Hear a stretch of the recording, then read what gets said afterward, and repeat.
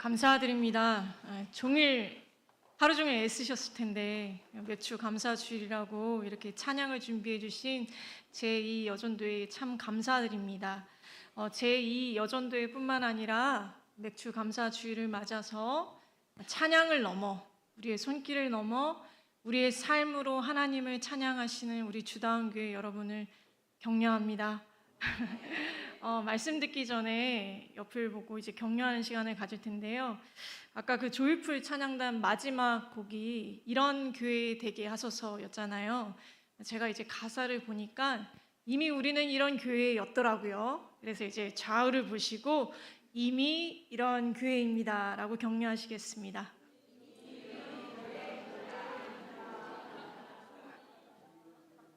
감사합니다. 오늘은 한국교회 역사에 대해서 함께 좀 나누려고 합니다. 하나님께서 이스라엘에게 꼭 지키라고 명령하신 절기가 세 가지 있습니다. 혹시 아시는 분 계실까요?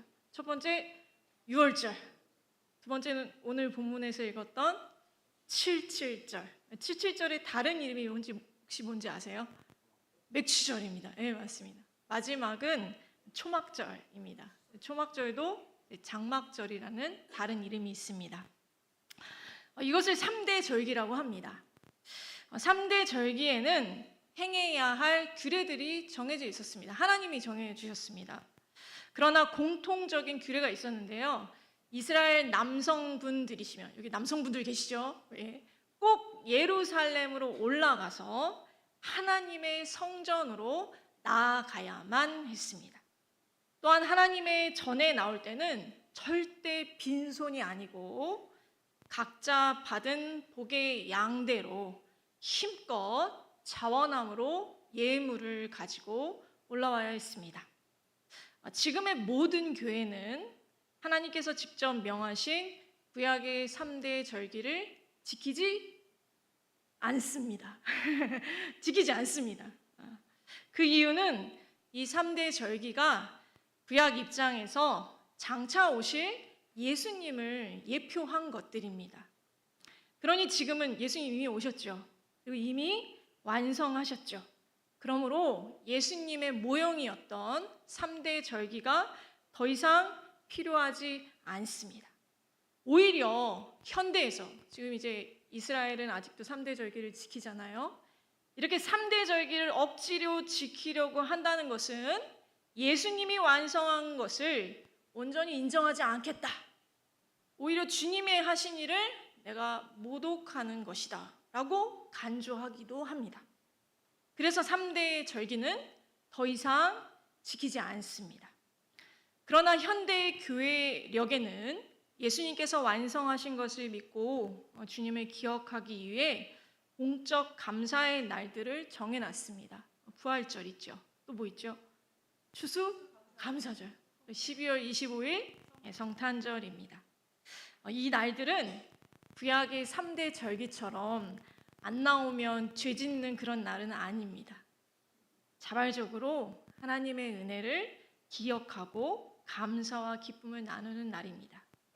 그런데 공교롭게도 3대 절기 중 한 절기와 지금의 교회력 중 이름이 비슷한 기념일이 있습니다. 바로 맥주 감사 주일입니다. 이게 어떻게 된 거죠? 안 지킨다고 했는데 오늘 우리가 기념하는 맥주 감사절은 우리 함께 읽었던 77절의 다른 이름인 맥추절이 아닙니다. 그걸 계승한 것이 아닙니다. 맥주 감사주일은 세계에서 우리나라만 기념하는 기념일입니다. 예수님께서 구원 사역을 완성하신 후 기독교는 절대 3대 절기를 지키지 않는다고 말씀드렸습니다. 그럼에도 유사한 이름의 맥주 감사 주일이 우리나라에서만 있는 이유는 우리나라에 복음이 들어온 초창기 문화와 아주 밀접한 연관이 있습니다. 1884년경에 우리나라에 개신교 선교사님들이 들어오셨습니다. 처음으로 알렌 선교사님, 누구 아세요? 언더우드 선교사님, 아펜젤러 선교사님 이런 분들이 들어오셨어요.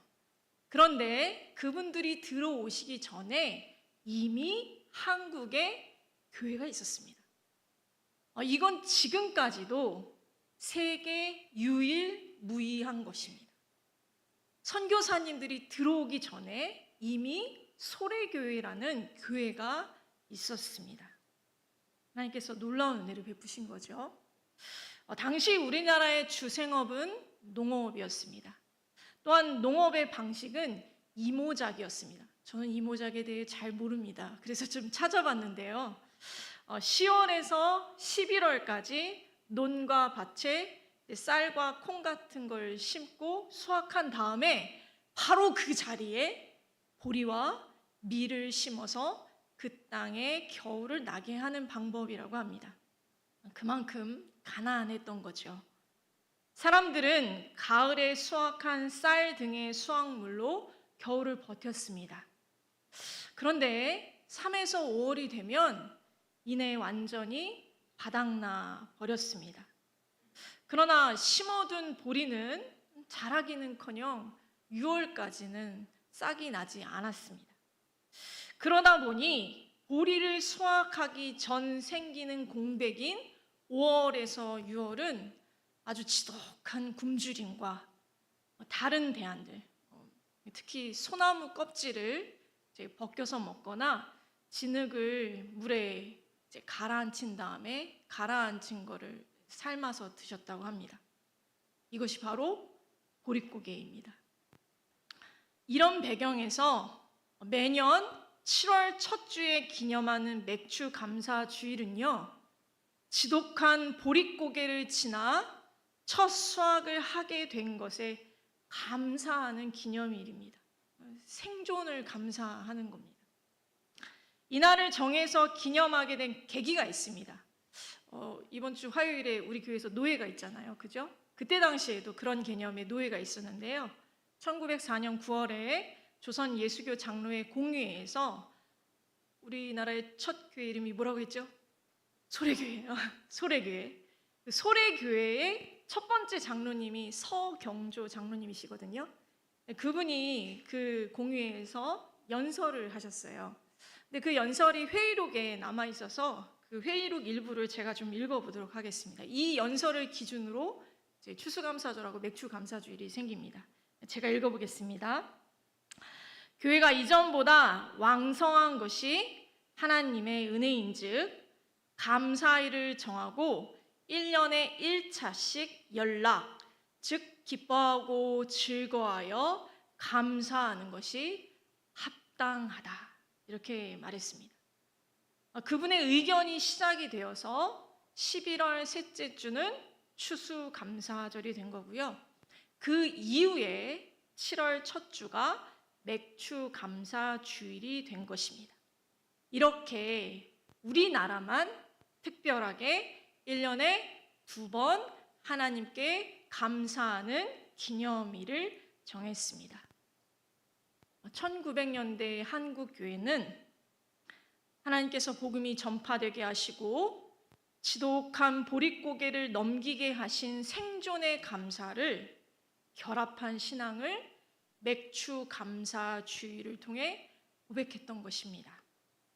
그런데요, 정말 당시의 보리 수확은 지독한 보릿고개를 해소할 만큼 충분했을까요? 다음 수확월인 10월까지 버틸 수 있었을까요? 정말로 하나님께 감사를 안 하면 안 될 것 같은 그런 충분한 상황이었을까요? 전혀 아니었습니다. 우선 6월의 보리 수확량은 10월의 쌀 수확량의 10에서 25%밖에 안 되었다고 합니다. 정말로 낮은 수확량도 문제였지만 더 심각했던 문제는 보릿고개 때 빌려온 쌀과 세금을 걷어들인 다시 보리로 충당한 것이 더 큰 문제였습니다. 그러다 보니 10월까지 버티기는커녕 7월에서 8월에서는 2차 보릿고개가 또 왔다고 합니다. 당시 상황을 선교사님들이 보고서에 기록한 글이 있습니다. 제가 또 읽어보겠습니다. 예. 조선 농민들이 초여름에 보리를 수확하지만 겨울철 빗을 감고 나면 즉시 식량이 고갈됐다. 가을에 쌀을 거두기 전까지 그들은 들풀과 나무 껍질로 연명하여 영양실조로 눈이 멀거나 목숨을 잃는 이들이 매년 부지기수다. 선교사님의 글입니다. 도저히 감사할 수 없는 상황입니다. 그런데 어떻게 복음이 한국 땅에 퍼져나갈 수 있었을까요? 지독한 보릿고개를 지난 게 엊그제인데 여전히 어려운 가운데 있었음에도 그들은 어떻게 감사할 수 있었을까요? 어떻게 궁핍한 속에서 감사 기념일을 1년에 2차례나 지내는 것이 합당하다고 말할 수 있었을까요? 저는 하나님께서 그 시간을 견디게 하셨다고 생각합니다. 창세기 5장 21절에서 24절 말씀을 함께 보도록 하겠습니다. 좀 피곤하시니까 저랑 교독하실까요? 네. 네. 에녹은 65세에 무드셀라를 낳았고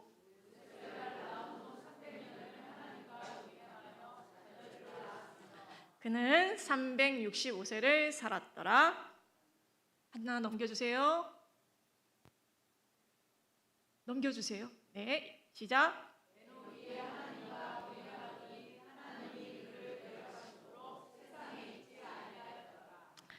죽음을 보지 않고 하나님께 데려간 사람이 두 사람이죠. 한 명은 에녹, 한 명은 엘리야입니다.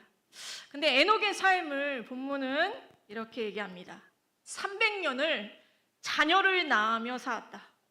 저는 상상도 못할 것 같습니다.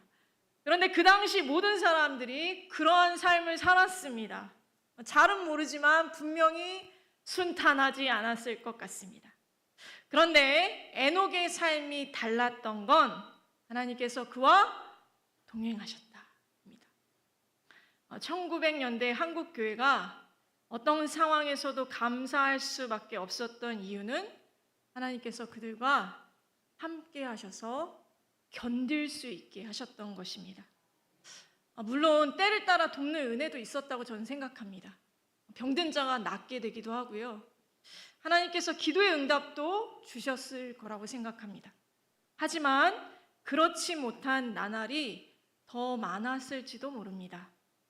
그럼에도 불구하고 지독한 보릿고개를 지나온 믿음의 선배들에게는 하나님이 함께 하셨습니다. 그리고 견디게 하셨고 똑같은 삶이지만 다른 말을 하는 다른 삶을 살게 하셨습니다. 믿음의 선배들이 하나님의 주권을 믿으며 견뎌내고 그 소량인 첫 수확도 하나님께 드리는 모습을 볼 때 주변 사람들은 진짜 하나님이 살아계시는구나 라고 생각했을 거라고 저는 생각합니다. 그렇다면 여러분, 1년 내내 지독한 보릿고개의 삶을 견디게 하시는 주님의 은혜가 우리 안에 있으십니까? 저는 당연히 있다고 생각합니다. 어제나 오늘이나 동일하신 하나님께서는 동일한 사랑으로 우리를 사랑해 주시고 함께 해 주십니다. 그 은혜가 눈에 보이지 않고 느껴지지 않아도 여전한 것이 사실입니다. 그러면 우리는 어떻게 할까요? 믿음의 눈으로 하나님께서 함께 하신다는 것을 더 깊이 믿으셔야 합니다. 그리고 하나님의 인도하심을 따라 믿음으로 견디셔야 합니다. 이 믿음 안에 거할 때 하나님을 향한 감사와 기쁨이 반드시 따라온다고 저는 믿습니다. 왜냐하면 오늘 본문에 3대 절기의 규칙 중 하나가 10절에 자원하는 예물을 드리고입니다. 그런데 자원하고라는 원어의 뜻은요, 기꺼이 행동하다, 마음속에서 우러나와서 헌신하다라는 뜻입니다. 물론 의무와 책임에 따른 자원함도 내포되어 있지만 중요한 건 마음 깊은 곳에서 우러나와 자원할 수밖에 없는 감사가 마음속에서 터져 나오는 것을 의미합니다. 전 이런 게 별로 없는데 여러분 어떠신가요? 이건 인간이 가질 수 있는 마음이 아닙니다. 주님이 주셔야 합니다. 사랑하는 여러분, 그런 의미에서 우리의 마음은 어떠한지 좀 살펴보셨으면 좋겠습니다. 내 마음이 지독한 보릿고개 때문에 집중되어 있는 것은 아닌지, 삶의 무게에 가려져 주님이 동행해 주고 계시는데 보이지 않는 것은 아닌지, 상황과 무관하게 내 마음속에서 감사가 정말 터져나오고 있는지 살펴보시기 바랍니다.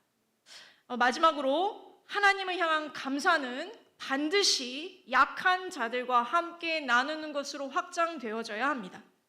하나님께서는 구약의 3대 절기의 예물들을 성막과 성전에서 봉사하는 레위인의 생계와 가난한 이웃들의 구제로 사용할 것을 명하셨습니다. 3대 절기는 우리는 지키진 않지만 주님의 그 마음을 우리가 이어가야 합니다. 1900년대 한국 교회는 이 말씀을 아주 잘 이어갔습니다. 추수감사절과 맥주감사절에서 모아진 헌금은 반드시 자신의 교회를 위해 사용하지 않았습니다.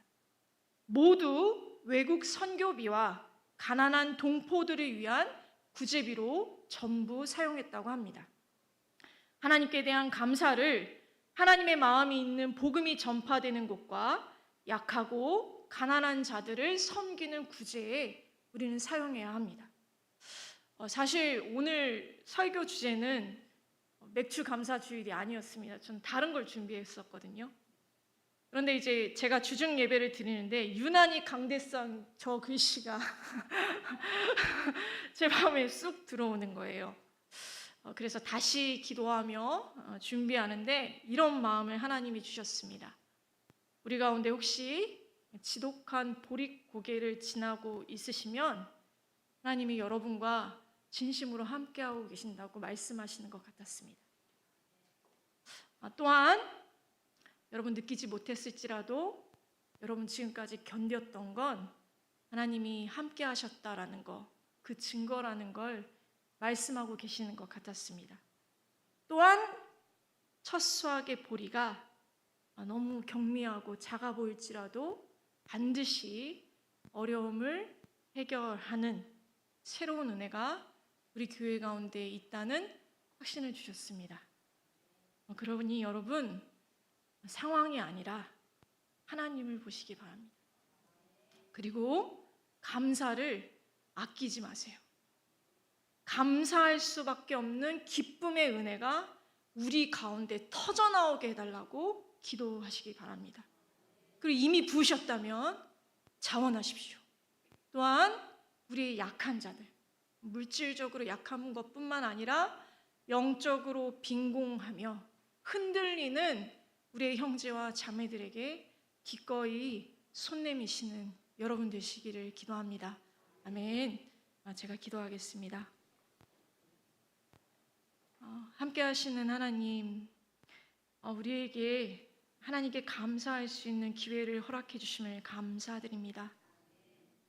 하나님, 이미 하나님께서 지독한 보릿고개를 견디게 하셨듯 우리와 함께 하셔서 모든 시간을, 모든 삶을 견디게 하심을 참으로 감사드립니다. 또한 하나님께서 앞으로 새로운 은혜를 부으실 것을 약속하심을 참으로 감사드립니다. 주님, 우리가 끝까지 주님만 바라보며 주님께서 허락하신 일들을 감당할 수 있도록 도와주시옵소서. 무엇보다 우리가 작은 일이라도 하나님 앞에 감사할 수밖에 없는 그 감사와 기쁨이 우리의 중심에서 터져나올 수 있도록 은혜를 부어 주시옵소서. 그래서 약한 자들을 도우며 주의 복음이 왕성하게 전달되는 주다운 교회가 될 수 있도록 은혜를 베풀어 주시옵소서. 감사드리며 예수님의 이름으로 기도드립니다. 아멘. 찬송가 310장으로 찬양하겠습니다.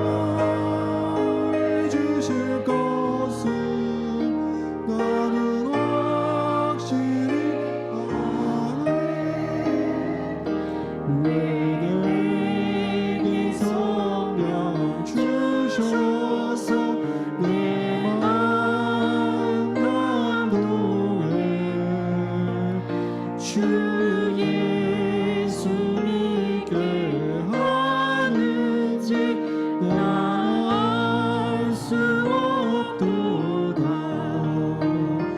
내가 믿고 의지하는 내 모든 형편 아시는 주님, 너의 주실 곳은 나는 확신이 많네. 주 언제 강림하실지 오 밤의 홍하지 또 주님 만나 그곳도 난 알 수 없도다. 내가 믿고 의지하는 내 모든 형편 아시는 주님, 늘 너의 주실 곳은 나는 확실히 아네. 아멘. 주기도문으로 예배를 마치도록 하겠습니다. 하늘에 계신 우리 아버지여, 이름이 거룩히 여김을 받으시오며 나라의 임하옵시며 뜻이 하늘에서 이룬 것 같이 땅에서도 이루어지이다. 오늘날 우리에게 일용할 양식을 주옵시고 우리가 우리에게 죄 지은 자를 사하여 준 것 같이 우리의 죄를 사하여 주옵시고 우리를 시험에 들게 하지 마옵시고 다만 악에서 구하옵소서. 대개의 나라와 권세와 영광이 아버지께 영원히 있사옵나이다. 아멘.